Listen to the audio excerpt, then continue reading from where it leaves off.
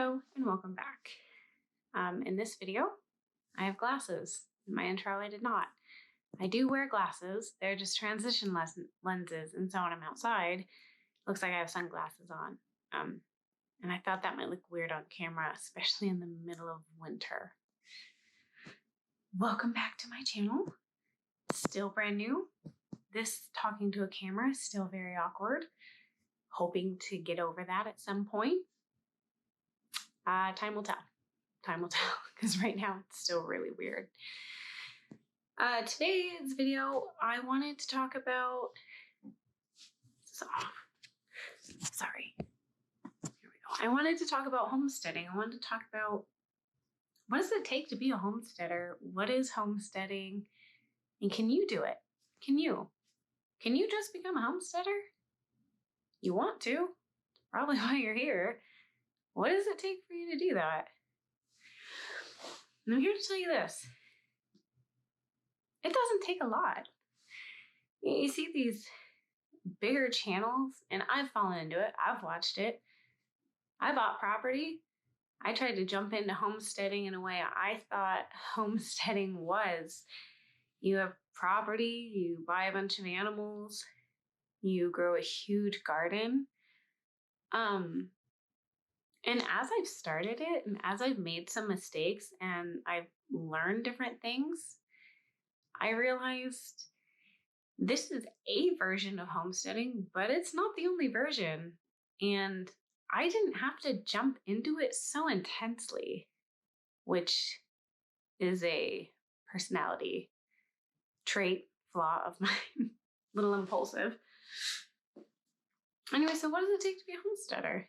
What it takes is you. You're going to be the homesteader.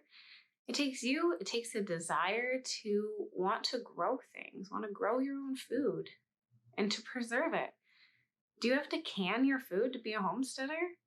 No. I thought you did, and the idea of learning to can and canning safely really overwhelms me because I haven't done any of it, but I bought a pressure canner and I bought a water bath canner, and I started having nightmares about opening jars and feeding my family botulism. And I realized maybe for the first little bit, I don't want to rely on my food preservation solely to be on canning because I'm still really uncomfortable with it. That's not to say it's not a safe option. I don't know enough about it to feel comfortable putting all of my hard work from the garden into jars and relying on it. So, are you still a homesteader if you vacuum seal your food and put it in the freezer? Yeah. Are you a homesteader if you don't dehydrate, freeze, dry, and can your stuff? Yeah, homesteading is taking steps to grow your own food, preserve your own food, become more self-sufficient, and what that means to you. A little backstory on that is I moved from the suburbs. I grew up on a farm. I'm not a straight city person, but I'd been out of the farm life for a long time, and I gotta tell you, it was quite the shock jumping back into it. I was really rusty. I moved from a very comfortable suburban home with my family, growing a few things in the backyard, to all of a sudden having 7 acres and trying to grow a huge garden. It didn't help that we moved in the middle of summer, in the middle of the growing season, and I literally had to bring all my plants with me on the 9-hour drive to our new property. They did make it, but they did not make it once I put it in the garden. As here's one thing I didn't plan for: wildlife.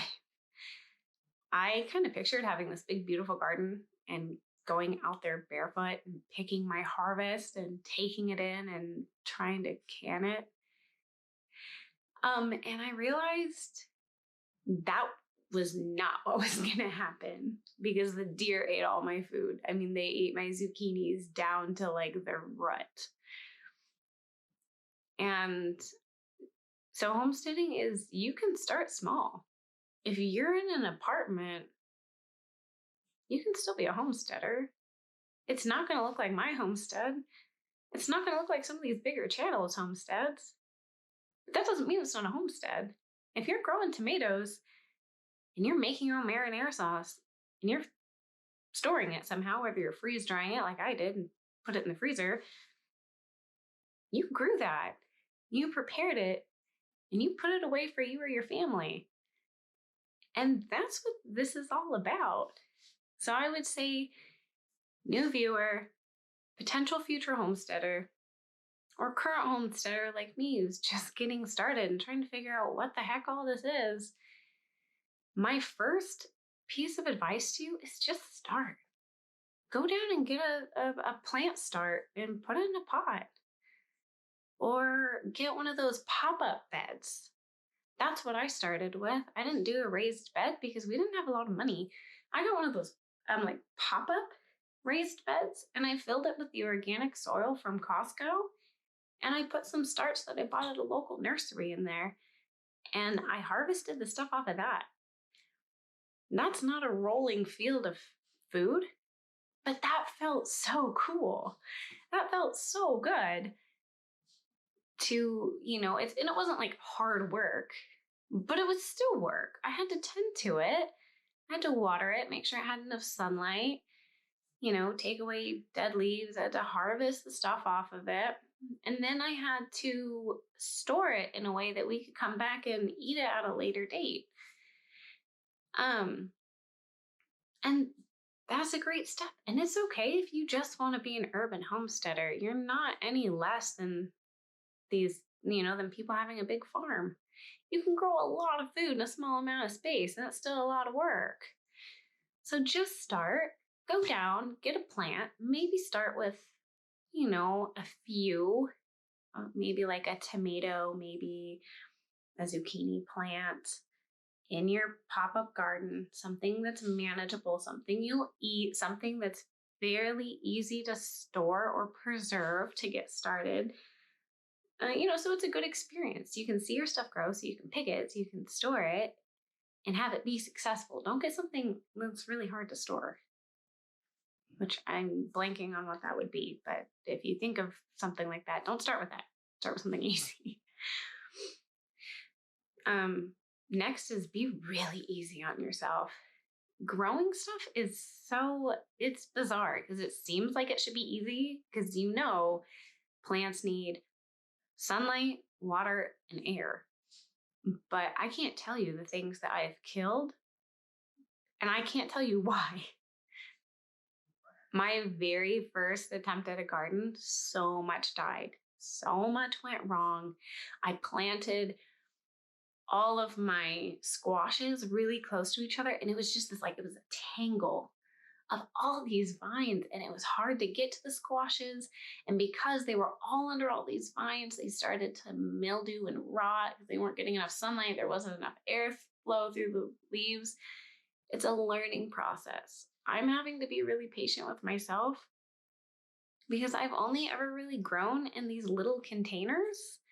I haven't grown in a big garden before. And it's a little intimidating to be giving you guys advice saying that, but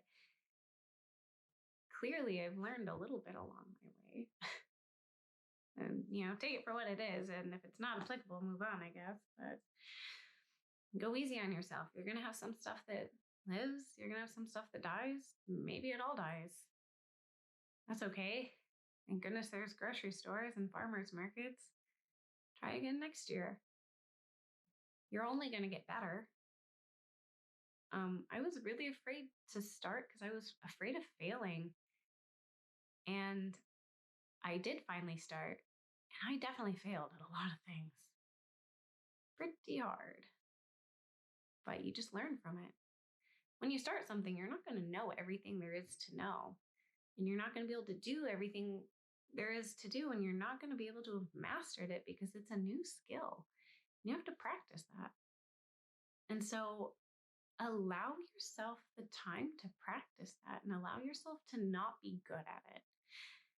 And I'm telling you guys this after a planting incident happened, and I'll insert a clip of that. because it was such a like rookie mistake on my part. It involved my cats. My cats dug up my green stalk planter, and I forgot to put it somewhere where my cats couldn't get into it because I know that they love to dig through the dirt. I moved it out of the reach of my small children and my baby, who would also love to dig through the dirt. And I put it right into the clutches of my kitty cats. And all my seeds are all mixed together. Stuff is growing. I don't know what it is because they spread all the seeds around. And I'm like, oh, I'm so frustrated because I might have to restart that. But, oh well. I restarted. I learned something that really I already knew, but I guess some mistakes you have to make more than once. But hopefully I won't have to make it again. Seed starting mishap. Chucky and Charlie decided to get into my little green stalk containers, and I haven't got the rest of them done because my dirt was actually frozen and I'm thawing it out. But they scratched around in there and all my seeds are mixed up, and there's stuff, I don't know if you can see it, there's stuff popping up, but they're all mixed together. I don't know what's growing where now. However, all my starts up here are doing great. I'll turn this on. Maybe you can see better. Oh, that might be bright. Getting some little starts. That little guy's coming up. That little guy's coming up. Super excited. This one right here. Let me see if I can get it. There's one right there. He's trying to come up. So these starts are doing great. They left these alone, thank goodness. The green stock containers, I don't even know what I'm going to do about those. Stay tuned, I guess. What I was saying before my battery died and I had to go grab another one real quick was I really want this channel to be a safe place for everyone, but especially people just starting out in homesteading, because it's really intimidating sometimes to see people do perfectly all the time, or maybe their mistakes seem little compared to yours when maybe you've planted your whole garden and a couple weeks in you realize everything's dying and you don't know what went wrong, and it's discouraging. I definitely got discouraged a bunch of times when I thought, oh, I don't know if I'll ever be able to do that. I don't know if I'll ever be able to plant that many plants and harvest all that and get a year's worth of food in my freezer that I grew. And I put these timelines on myself that, like, oh, I have to do it this year. I have to do this to be a homesteader. And you don't. Just start, grow a couple things, preserve that in whatever way you are comfortable with at this moment. I'm not saying don't learn skills, learn some skills and try them out. But whatever you harvest, try to preserve it in a way you're more comfortable with so that you're able to enjoy what you've harvested. Practice new preservation skills, and then when you get more comfortable with it, you can do larger batches of whatever you harvest in that way and be able to enjoy it because you have a lot more confidence in it. I don't know if you can see this. Don't rub on that, madam. This is madam. I know, she has anxiety. You haven't met her yet. She's our inside only kitty. We've had her about 7 years. She doesn't come out around anyone usually except for me and my husband. She's not really keen on the kids. Don't rub on them, madam. The camera's on there. So this is getting rambly. I'm sorry. Start, go easy on yourself. This is supposed to be fun. Why did you want to start homesteading? You probably thought it'd be fun. You probably have a passion for farm to table life. And you've probably romanticized this idea of walking through your garden and seeing all the abundance you've grown, and that will come. But don't forget to enjoy your whole process. You know, even if you're growing one tomato plant, get excited about that one tomato plant because it's progress. You're learning, you're taking a step in the right direction. Next year, maybe you have 5 tomato plants and a zucchini. I don't know why I'm stuck on tomatoes and zucchini, but maybe you start with that. And if you do, let me know. But just start with whatever you have. And if you do have property and you're overwhelmed and you're thinking, oh, I should add this and I should add that, and take it one step at a time. Master the first step and then move on to something else. If you jump in too quickly with everything like I did, you're going to be overwhelmed. And it's not going to be fun. There was a point not that long ago when I looked around and there was so much I was trying to do so fast. And I thought, this isn't fun anymore. This is stressful. And this was supposed to be fun. It was supposed to be practical because I was supposed to be, cutting down on grocery bills and growing stuff and harvesting our own meat and, but it has to be enjoyable as well. Otherwise, I'm not going to really want to keep doing it. It becomes a huge chore. I don't want that for me, and I don't want that for you. And I hope you want to follow along and see what we're doing this year. Right now I have all my tomatoes planted and they are doing well. I think we'll see how that goes because something happens with my starts along the way. And I always lose a bunch of them and I don't know what I'm doing wrong, but I'm filming it this year. So maybe someone will be able to tell me what I'm doing wrong with that. But I'm excited you're here. I'm excited you've taken an interest in homesteading. I hope you take the first step. And if you do, let me know what your first step is. Let me know what you're doing and check back in. Because I'm planting strawberries soon. I just got my root bundles. We're putting them in my new green stock planter. We're keeping them away from the cats. Madam. It wasn't even her. It was Chucky and Charlie. She just looked at me like, what? And we're getting a puppy. That's something I jumped into really fast. That'll be fun. I'm excited. He's a Great Pyrenees. We're picking him up next week. I'll do a little video on that. So that's all for today. I'm excited for you. I'm excited you want to try homesteading. I've said that a million times, but I really am. I think it's really cool when people, I see it as like take power back into their own hands by growing some of their own food. It's a really accomplishing feeling. And I can't wait for you guys to experience that too. So if you liked this, or you liked at least Madam, hit the like button and subscribe for more of our videos. Hopefully as time goes on, I'll be able to talk to the camera a little better. We'll see. Anyways, good night, and we'll see you back hopefully. Bye.